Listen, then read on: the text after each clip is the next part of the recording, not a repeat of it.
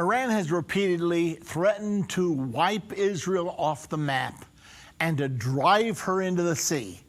The threat seemed rather hollow when Iran was over 1,000 miles away. However, Iran now has bases in Syria, less than 100 miles from Israel. Are these threats merely empty boast, or is Iran serious? We'll answer straight from the Bible on today's edition of End of the Age.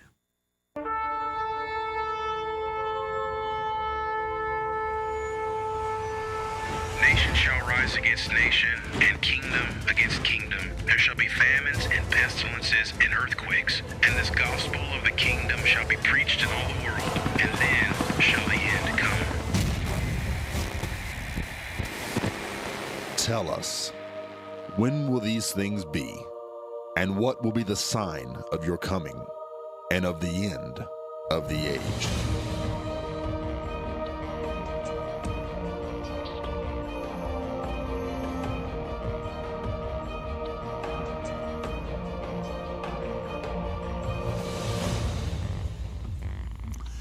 There's quite a clash building up between Israel and Iran. It's been happening for a long time.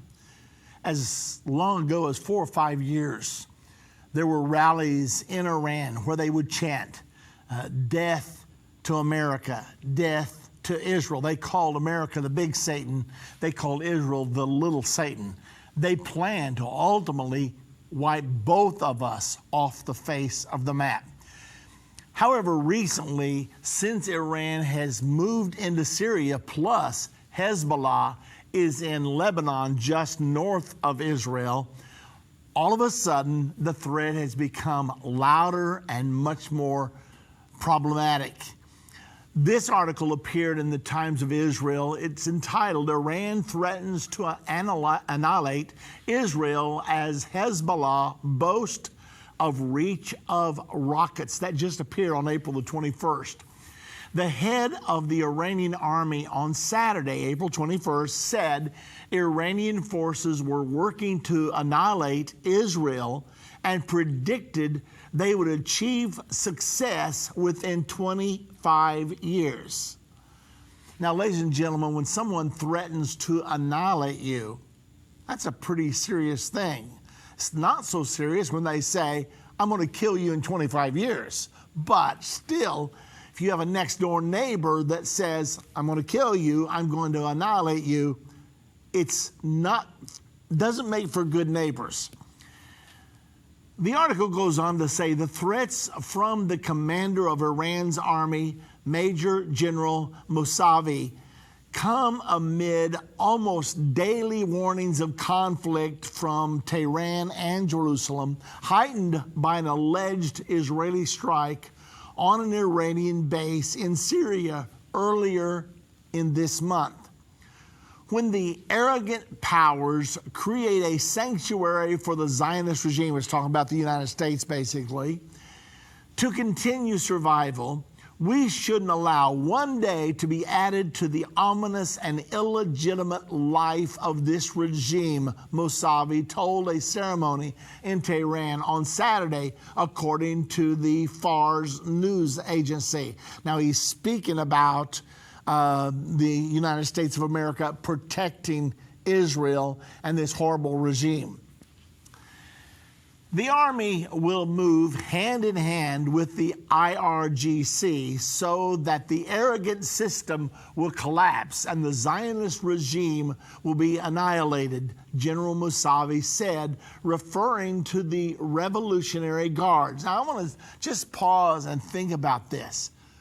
This is a general in the Iranian army making all of these bellicose statements. But he's projecting the attitude of the entire nation of Iran. He calls Israel an illegitimate entity, the Zionist entity. It's got to be removed. It's a cancer.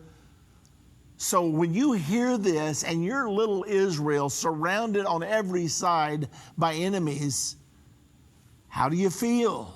How do you react? Now, continuing on, Mousavi predicted this would take place within 25 years a number frequently used by the Iranian leadership. Speaking hours later, Hezbollah chief Hassan Nasrallah warned that the Lebanese terror group's rockets could hit all of Israel. Now remember, Hezbollah's in Lebanon, just immediately over the border. You've got due north from Israel, Lebanon. You got northeast of Israel, Syria. So they have these two belligerents on their two northern borders. I mean, from the border of Israel to Damascus is only a 40-mile trip by road. So Israel's living right there. And in these days of jet airplanes and missiles, 40 miles is almost nothing. The forces of the resistance today have the ability, the power, and the missiles to hit any target in Israel, said Nasrallah. Hezbollah is one of Iran's main proxies in its fight with Israel. Now, this has been going on a long time. Hezbollah is an arm of Iran, financed by Iran. So that's where we find ourselves right now. It's so interesting what is actually taking place right before our eyes, this conflict.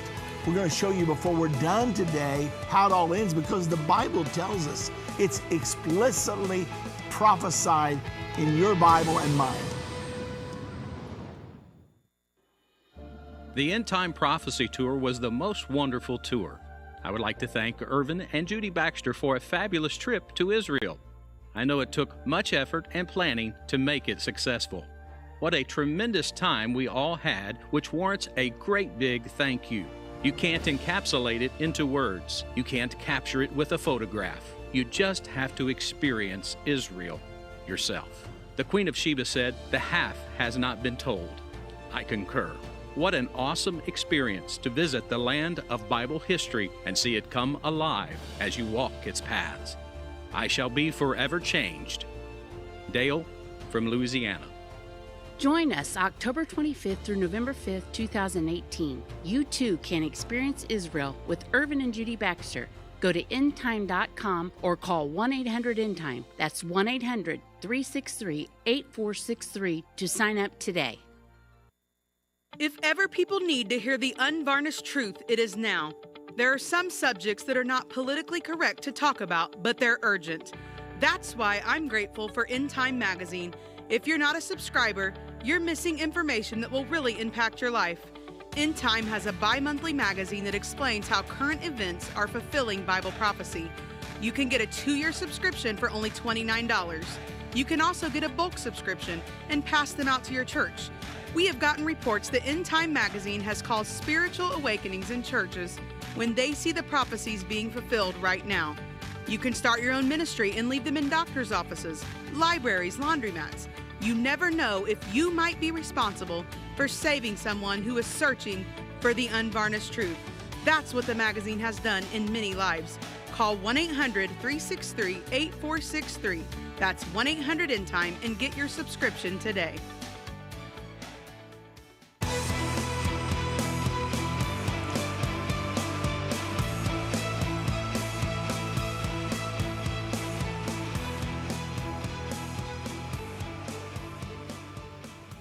Recently, the vice commander of Iran's Revolutionary Guards warned Israel that its air bases are, quote, within reach.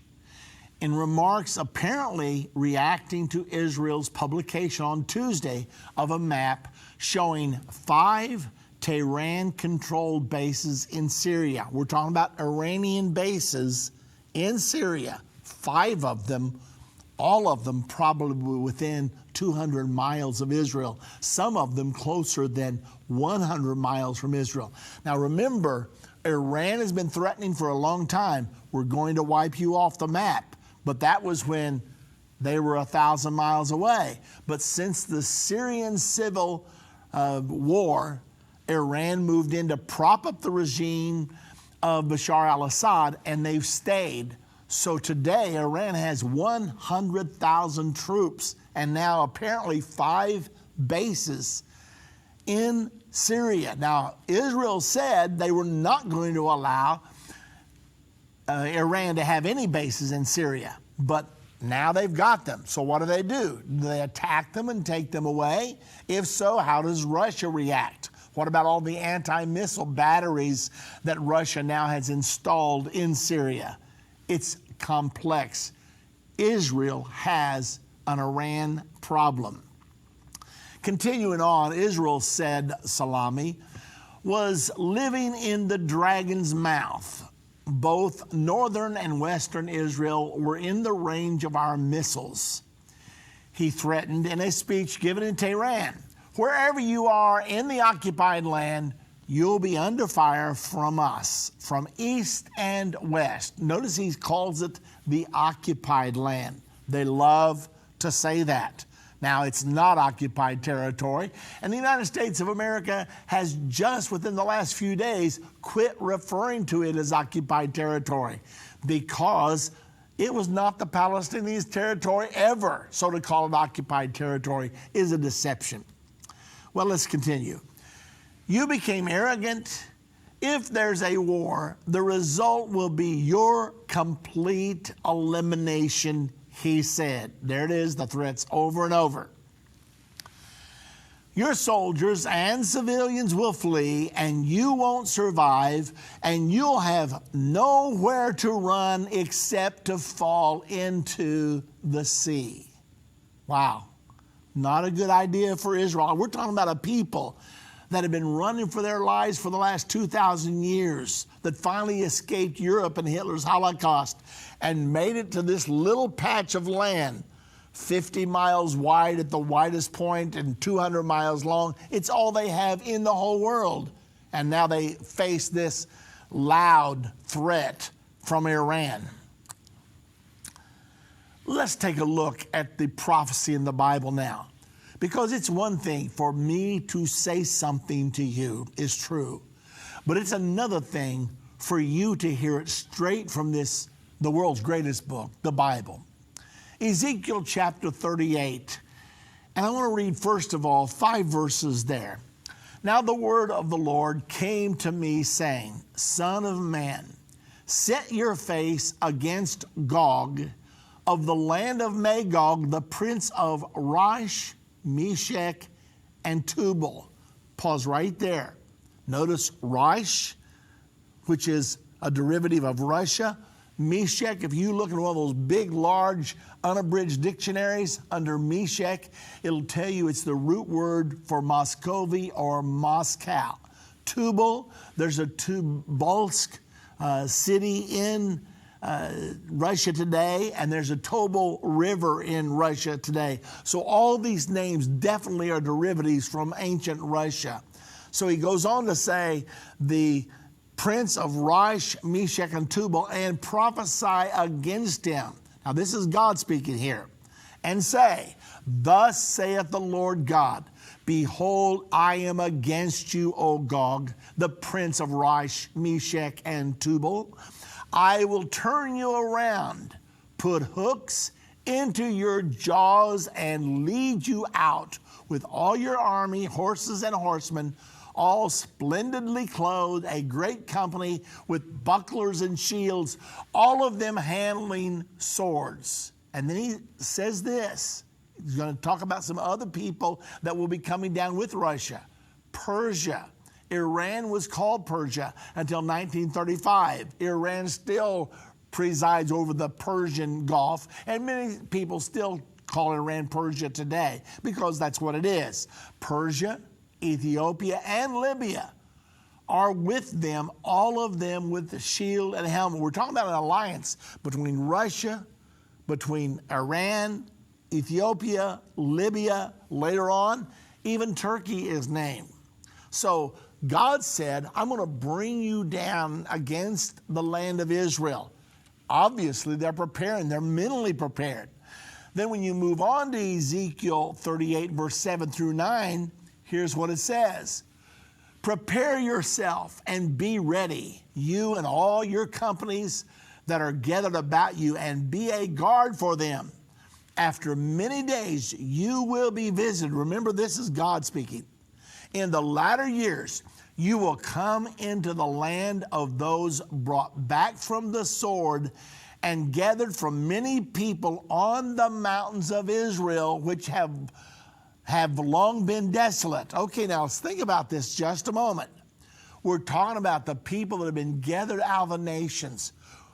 1,878 years from the destruction of Jerusalem in 70 AD until 1948, when the nation of Israel was reborn.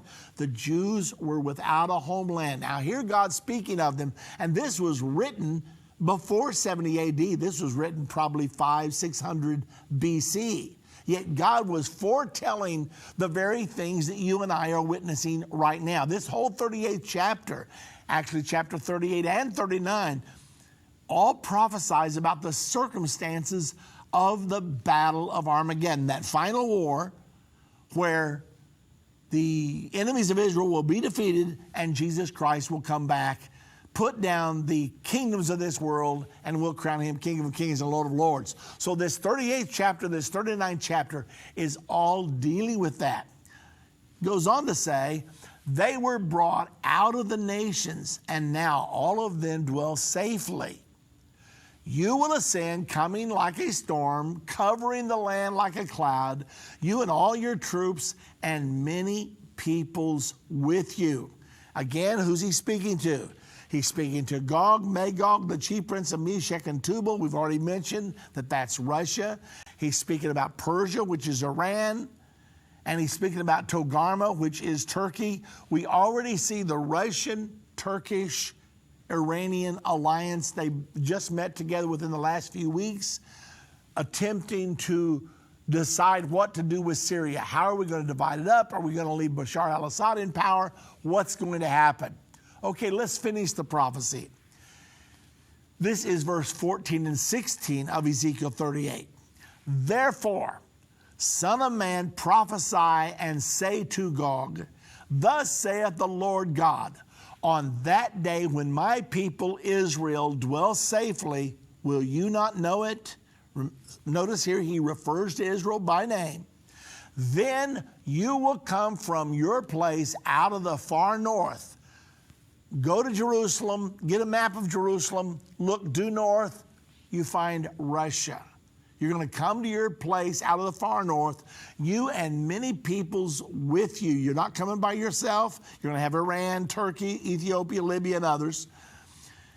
All of them riding on horses, a great company and a mighty army. You will come against my people Israel like a cloud to cover the land. It will be in the latter days that I will bring you against my land, so that the nations may know me when I'm hallowed in you, O Gog, before their eyes. Now let's make sure we understand. God said, I'm going to bring you down. Now Russia's going to think it's her idea. Iran, Ethiopia, Libya, Turkey, they're all going to say, let's go down and invade Israel. It's time to wipe Israel off the map. We've been talking about it.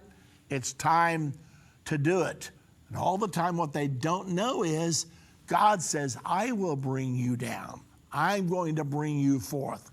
Think about that. There's another scripture in Zechariah 14:2, which says, I will gather all nations against Jerusalem to battle. Why is God going to do that? He said, so that I may be hallowed, magnified as God in the sight of all the nations of the world. When you come down, the whole world's going to say Israel doesn't have a chance. She's standing against some of the mightiest forces on earth. But when you come down, you think you're just fighting Israel. You're not just going to be fighting Israel. You're going to be fighting me, God himself. Let's go to another article now. This comes from Debka. This was published on April the 21st. Iran heats war rhetoric to cover up military buildup in Syria.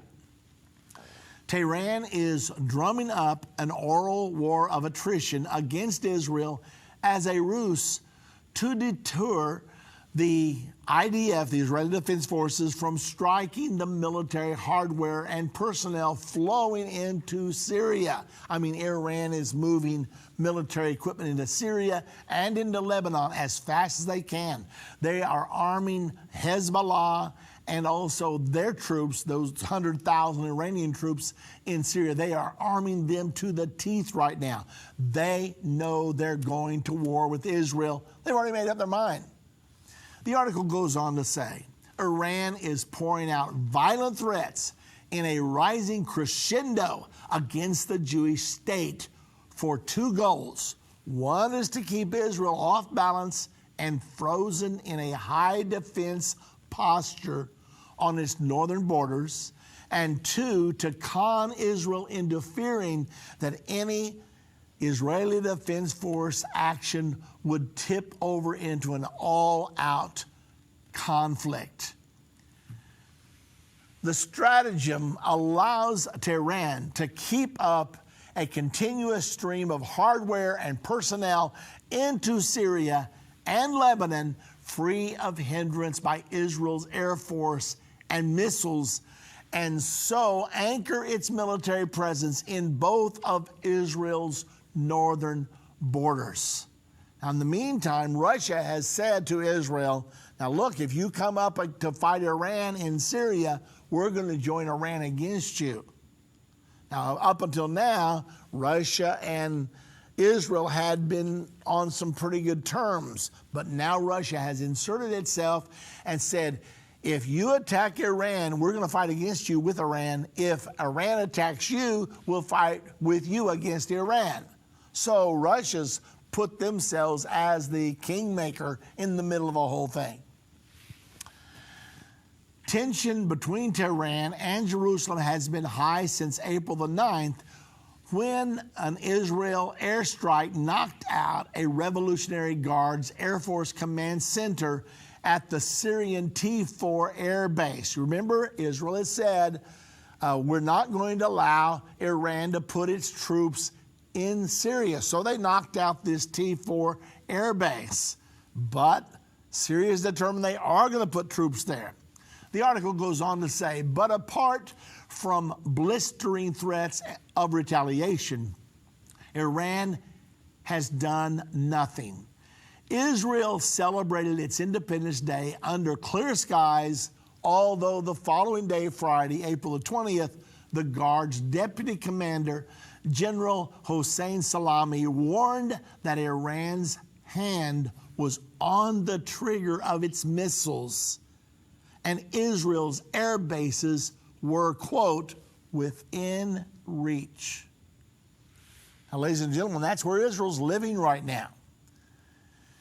In the meantime, President Donald Trump repeatedly asserts that he is determined to pull American troops out of Syria as soon as possible. This gift is a boon for Tehran's goals.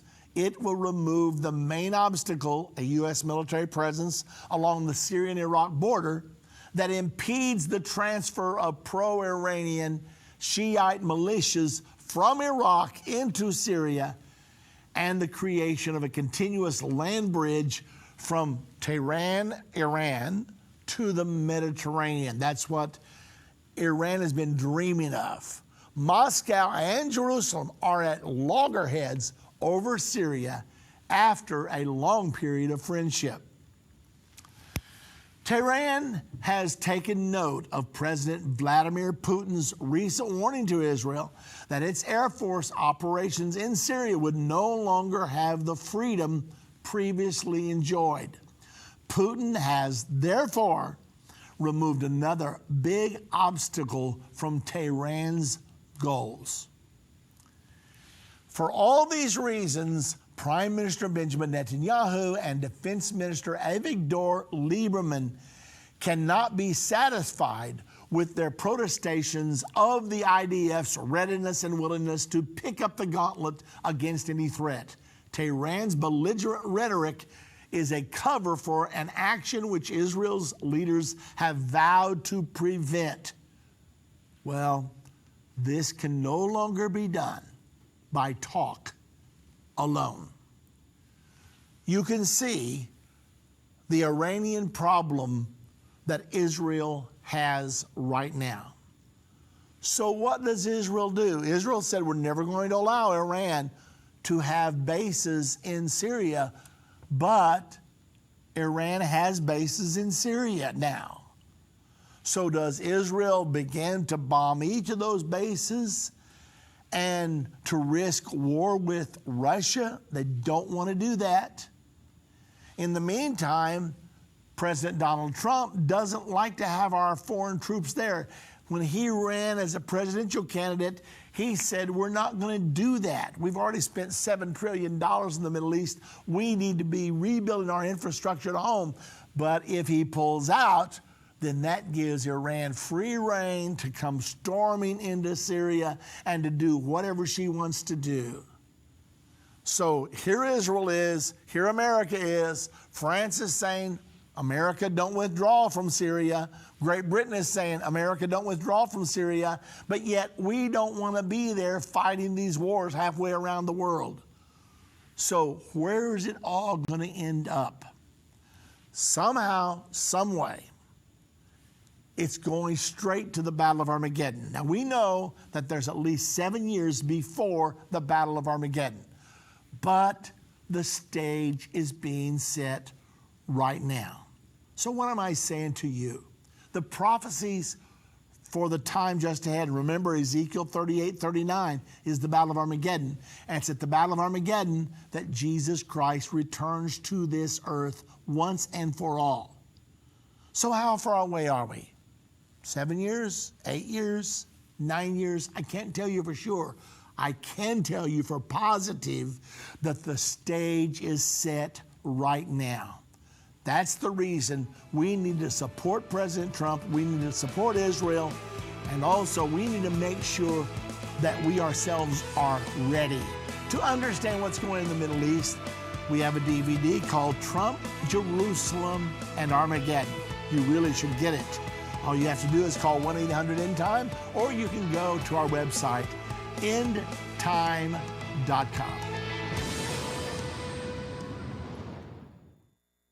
Let me tell you today about our exciting Armageddon collection. What does the term Armageddon mean? Why is it so important in Bible prophecy in the last days? And what will happen between now and then? In our Armageddon collection, we cover subjects such as events of the final 7 years, the revealing of the Antichrist, the mark of the beast, and the world's greatest revival just ahead. In this special collection, you will receive the DVD, Seeds of Armageddon, November 29, 2012, our 8-lesson series, From Here to Armageddon, along with a PDF of our 7-year timeline, and our informative DVD, First Step to Armageddon, December 23, 2016. All of this for your gift of $140 or more, plus the cost of shipping and handling. To order your Armageddon collection, go to endtime.com or call 1-800-END-TIME. That's 1-800-363-8463. Move Mountains with Irvin Baxter. This book by Irvin's grandson provides 30 days of devotion that will enhance your relationship with God and others. Authentic illustrations from early morning devotions at End Time will help you find your purpose and eliminate fears. Commit to taking this 30-day journey and experience real life change. Get your book for only $14.99. Call 1-800-363-8463 or go to endtime.com/move. If your station only carries the first 30 minutes of End of the Age, go to endtime.com and click the watch button to continue today's broadcast. You can also finish up later by clicking the archives button.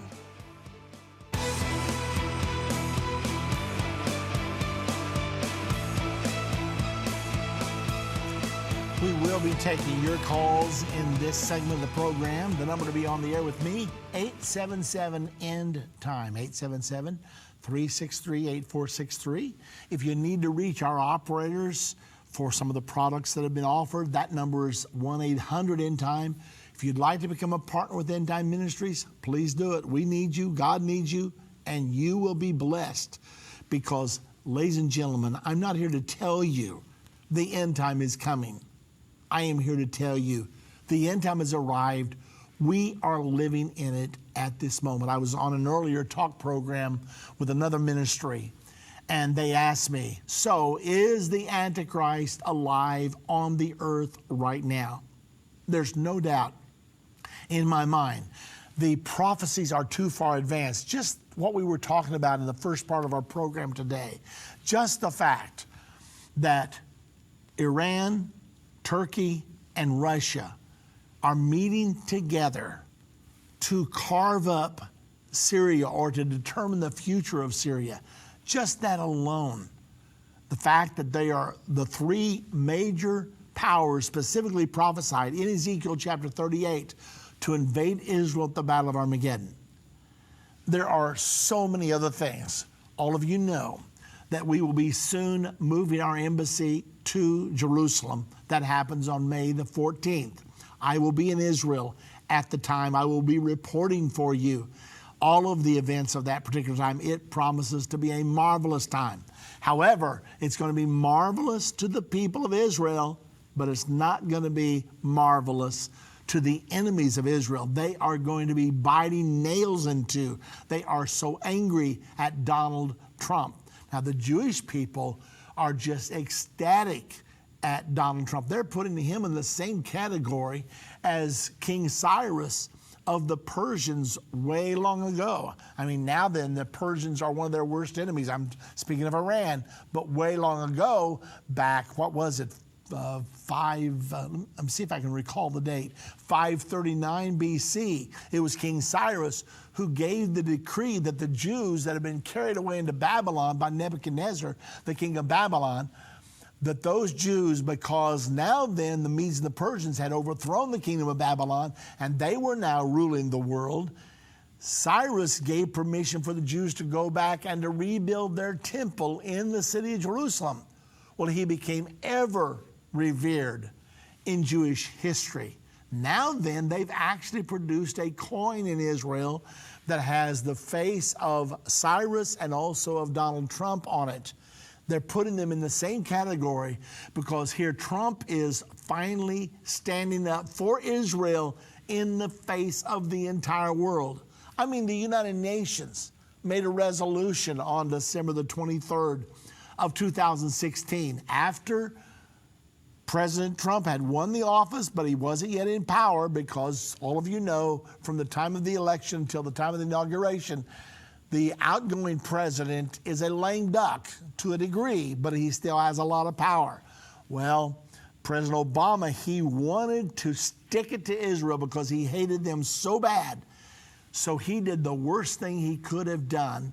He conspired with the other nations on the UN Security Council and said, if you want to pass a resolution stating that Israel's presence in East Jerusalem and in the West Bank is a violation of international law, we will not veto it.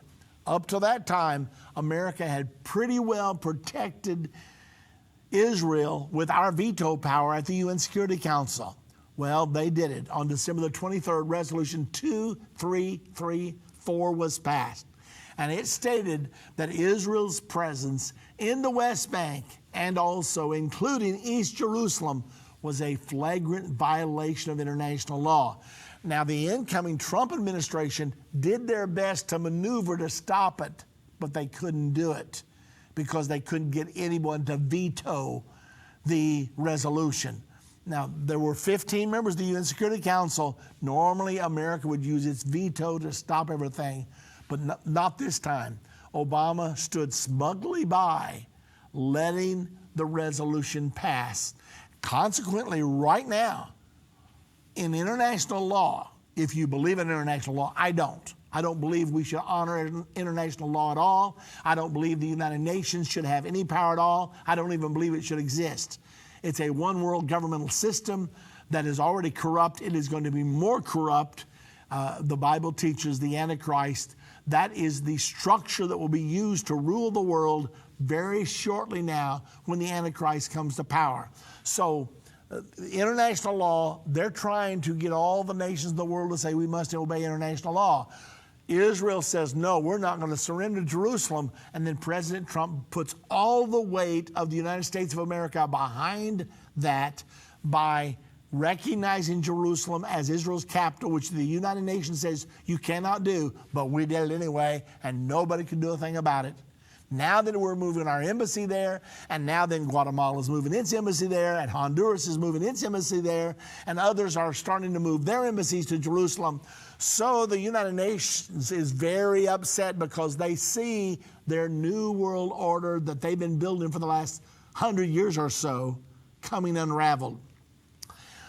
Like I say, we're taking your calls today. There are open lines, which is an unusual situation for us here at End Time Ministries. The number to call to be on the air with me, 877-END-TIME, 877-363-8463. Now, while we're waiting for you to dial, within the last few days, our ambassador to Israel, David Friedman, went to the U.S. State Department and said, I'm asking you not to refer to the West Bank and the Golan Heights as occupied territory. He said, if a lie is repeated often enough, people begin to believe it. I would like to make sure you know that that is not occupied territory. I mean, every resolution that the UN passes, they talk about Israel being the occupier. Well, let me give you the little history, and we're going to do this fast because I want to get to your phone calls. But let me give you a little bit of a history. When the United Nations declared Israel a nation in 1947, and then Israel declared its independence on May the 14th of 1948, the Arabs did not want a Palestinian state. They said, no, thank you. We want to just destroy the Jews. So they attacked Israel the next day, May the 15th. 5 nations attacked them. And Jordan at that time invaded the West Bank. Biblically, it's called Judea Samaria. They invaded. When the war came to a ceasefire in 1949, Jordan occupied the West Bank, including East Jerusalem.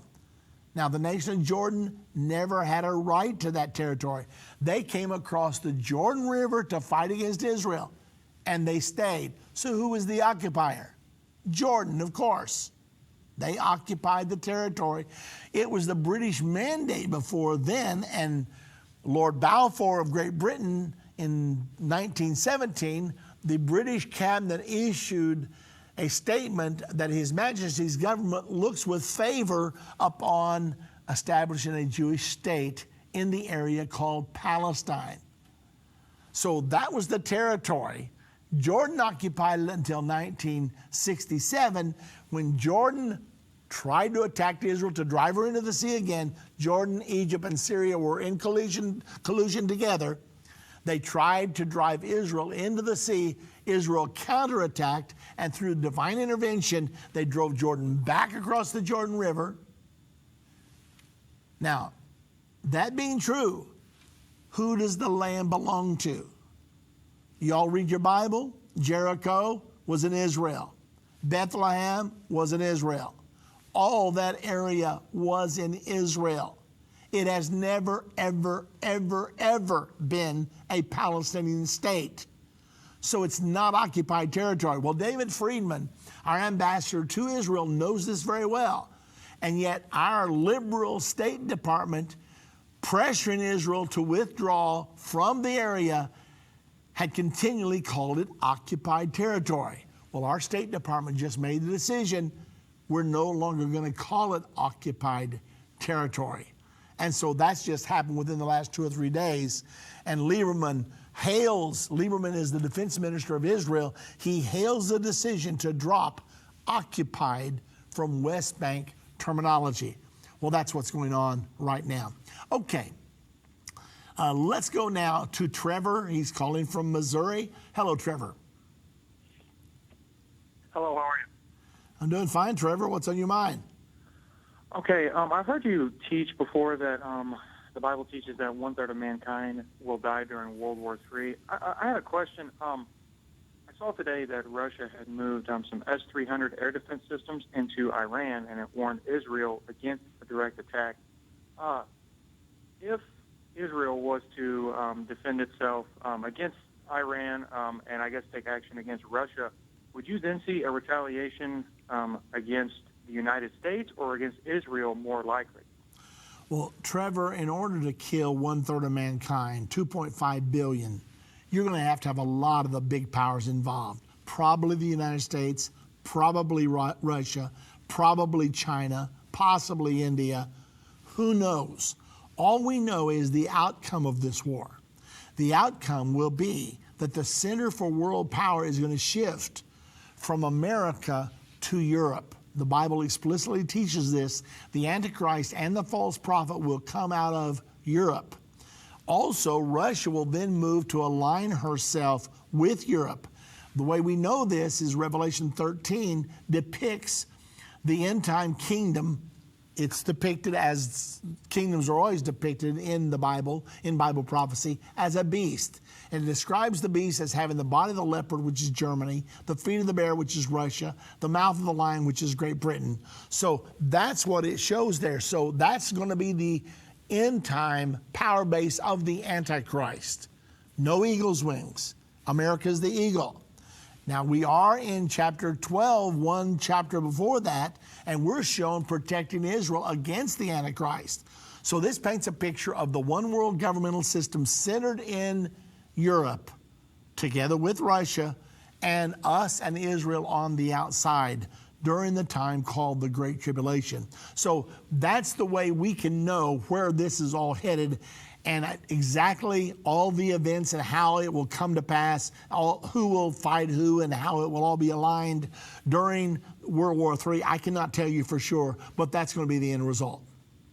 Do you see an economic collapse or like a mini, I guess you could say, depression coming for the United States? I mean, with this whole move towards the digital currency, and I know that Bitcoin was kind of a bubble, but, I mean, okay, will the United States, do you think the United States would accept some type of a digital currency? I mean, in that sense, would they be a part of a one world economic system, or how should we view that? Well, if we're going to stay out of the world system, we're probably not going to want to be tied in with a world economic system. Of course, we are right now. Right now, all of the economy of the world is pretty much tied together because everything is digitized.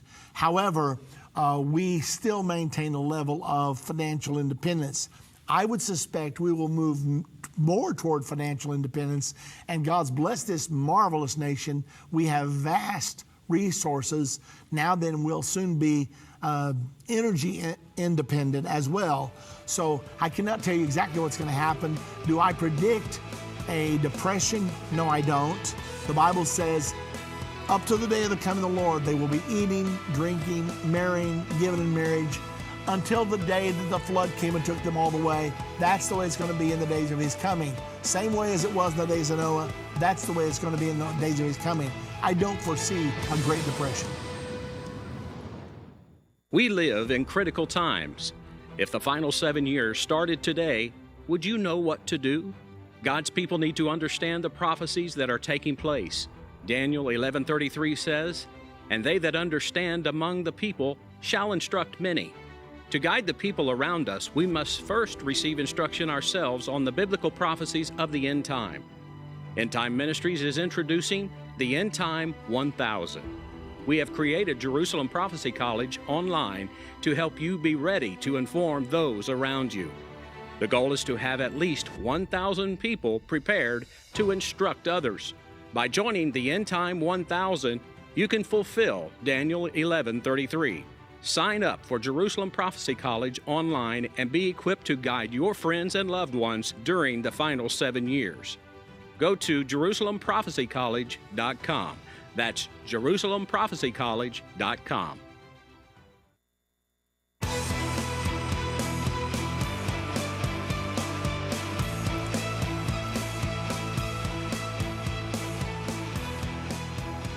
We're coming right back to the phones, and we're going to Oklahoma. Nina, you're on the air. Hello. Yes, hello. I had two questions. My first question was about Revelation 10:9-10, where John eats the book. I had asked my mom about it. She went to ORU, and I don't know, she couldn't just answer the question for me, like where he says he ate the book and it was going to be like honey but it was bitter. It's going to be bitter to his tummy. Do you know anything about that? Do you have any insight? Well, I do. There's another place in the Bible that talks about it'll be sweet, that sin is sweet in the mouth, but bitter in the belly. Yes. And so John was apparently being sent to preach again. Notice that the last verse, verse 11 says, you must prophesy again about before many people, nations, tongues, and kings. John did not die on the Isle of Patmos. He was released from exile. According to history, he went back and he was the overseer of the 7 churches of Asia.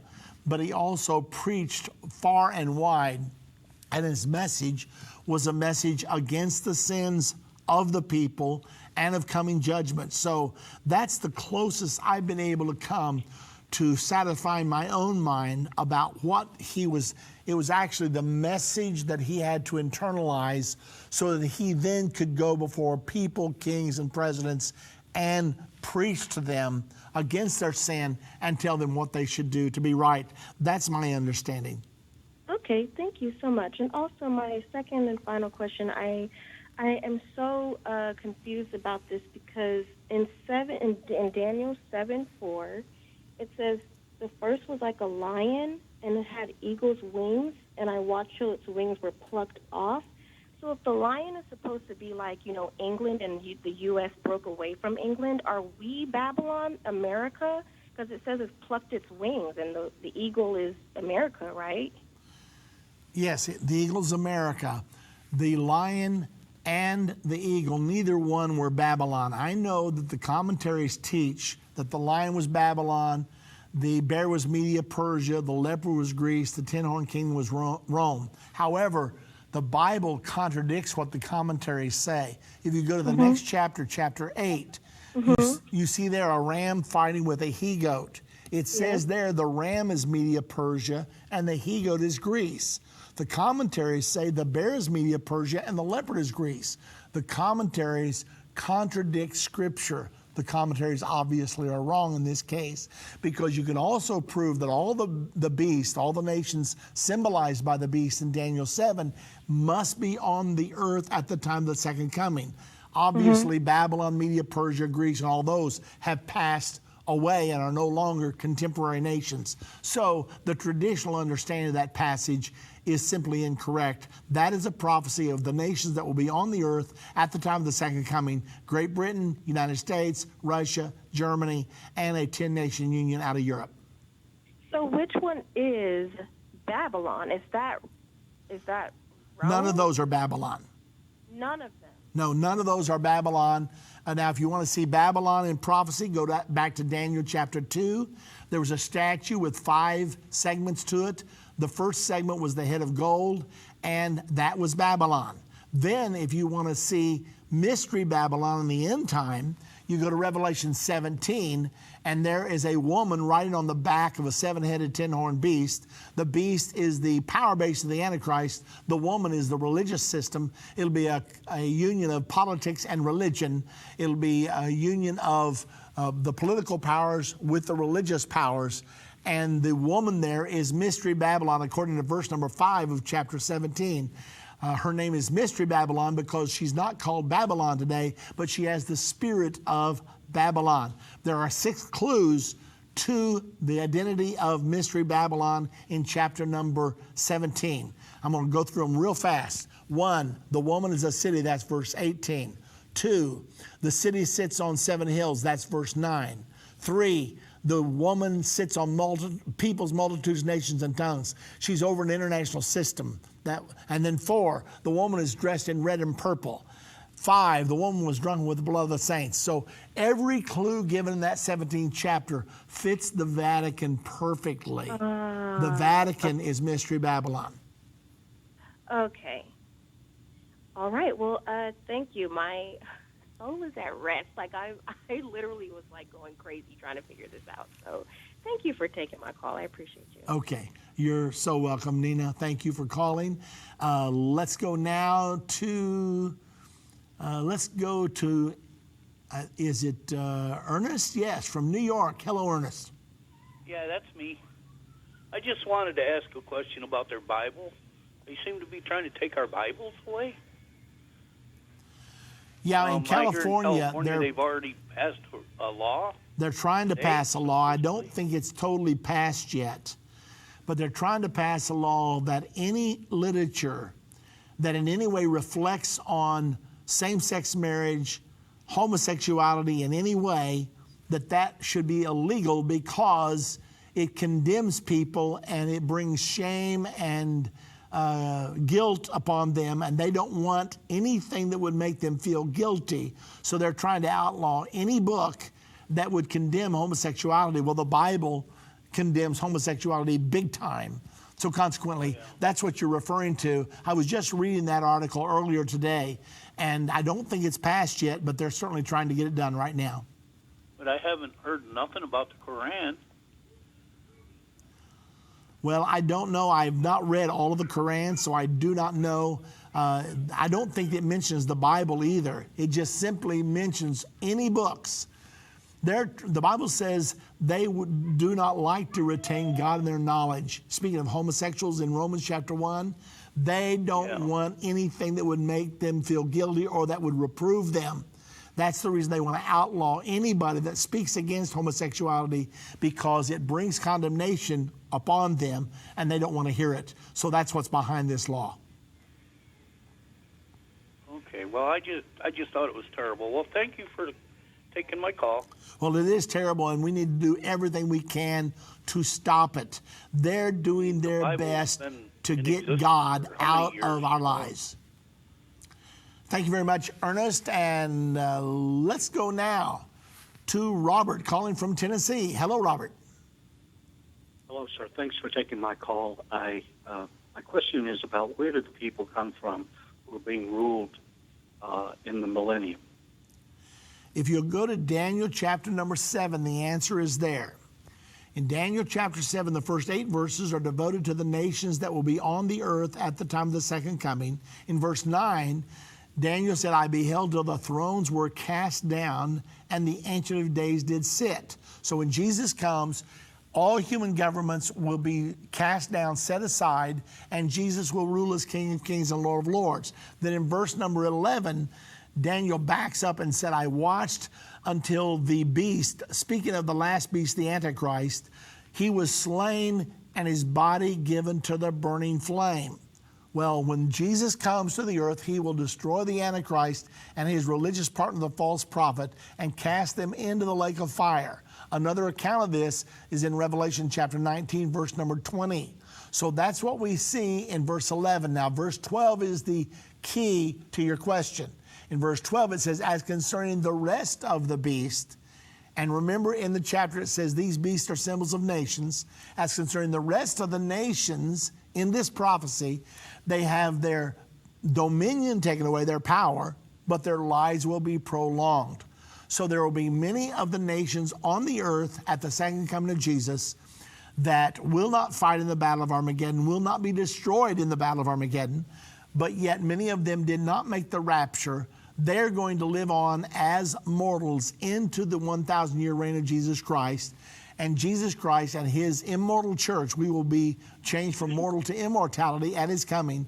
We will then rule and reign as kings and priests with him, immortals, ruling over mortals. So that's where the people will come from during the millennium. May I ask a follow-up? Sure. Will those people have an opportunity for eternal salvation? I don't know the answer to that, Robert. All I know is that when there have been other dispensation changes, when you move from the days of Noah to the next dispensation, when you move from law till John the Baptist, you move from John the Baptist till the church age, people who lived under one age and went into the next age, they did have a chance to be saved. Now, whether that will be true at this time, I don't know that the Bible specifically addresses it, but they will live in the millennium. Satan, of course, will be bound, and I don't know what the plan of salvation will be. There will undoubtedly be one because there always has been one. So I cannot answer you for sure, but nevertheless, God knows all those things, and, well, I plan on making the rapture, and then we'll let the Lord sort the rest of that out. I apologize so much, but may I just do one slight follow-up? Sure. So, since someone as knowledgeable as you are, you don't have the answer, and I appreciate your honesty. Does that affect the gospel the way it should be preached now? I don't think it should affect it at all, because it's so critical for people to be prepared. Furthermore, the Bible does teach anybody that takes the mark of the beast will be cast into the lake of fire. Who those people are that survive, we do know this. When the children of Israel were sentenced to wander in the wilderness for 40 years until they died because they could not enter the promised land, the younger generation was not held responsible for the decision of their parents. I did go on the internet and do a search of how many people in the world today are below the age of 20, which was the age break back in that day. And there are 2 billion people below the age of 20. So maybe God is only going to hold them, not hold them responsible, and only hold their parents who did not make the decision to submit themselves to the Lordship of Jesus Christ. I don't know the answer for sure. All I know is I don't plan to miss the first bus out of here. I plan to be a part of those that are changed from mortal to immortality and rule and reign as kings and priests forever with Jesus Christ. That is the only safe way to go. And it sounds like you may be saying or implying that perhaps those people in the millennium who are being ruled, perhaps they did not take the sign of the beast. Yeah, because many of the young people may not have to do that since they are below the age of accountability, wherever that age may be. So I see. Anyway, all I know is that's what happened when the children of Israel refused to go into the promised land. The children were not held accountable for the decisions of their parents. Could that be God's criteria? I don't know that for sure. I've wrestled with the question a lot of times. That's one possible answer to it. Wonderful. Thank you so much for your honesty and forthright. Okay, well, thank you, Robert. Appreciate the call. For those of you who are yet holding, I'm sorry we are out of time, but thank you very much for participating today. And, well, we're going to be right back here, as you know, tomorrow. Anyway, right now, I'd like to appeal to you, all of you listening today. If you're not yet a partner with End Time Ministries, we are entering right now the era of the greatest prophetic fulfillment since the world began, and I'm not exaggerating. I mean, we are on the countdown to the second coming of Jesus Christ. I would invite you to join us and add your strength to what we do here by becoming a monthly partner with End Time Ministries. If it's just for a small amount or a medium amount, whatever God lays on your heart, why don't you pick up the phone right now? Don't neglect it. Call this number, 1-800-END-TIME, 1-800-363-8463, and our operators will guide you through the process. God bless you all. See you tomorrow.